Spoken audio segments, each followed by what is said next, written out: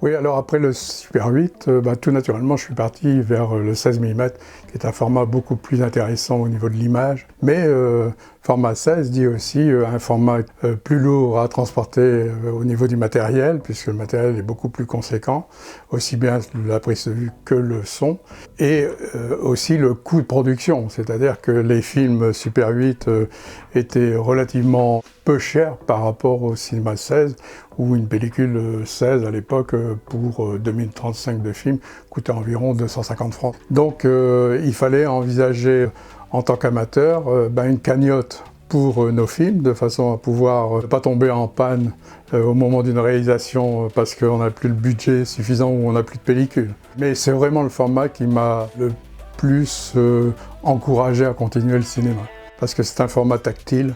On travaillait le film aux tables de montage, le son c'était la même chose.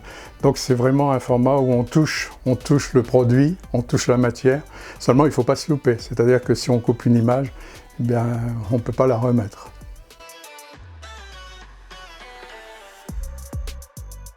La difficulté en cinéma 16, c'est d'abord le poids du matériel. Comme ici, une caméra 16, elle fait quelques kilos. Donc quand il faut trimballer ça, c'est pas facile. Ensuite, sur ce type de caméra, il n'y a pas d'automatisme. Donc il faudra prendre la lumière avec les mesures et puis ensuite régler tout ça d'une manière manuelle.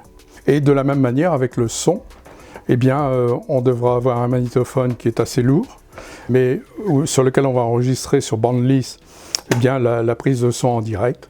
Et là aussi, il y a quelques kilos à trimballer. Donc tout ça fait qu'une fois qu'on a résumé la prise de vue et le son, eh bien le son, on va pouvoir le transférer sur bande magnétique 16 et sur le banc de transfert de bande à bande 16 mm.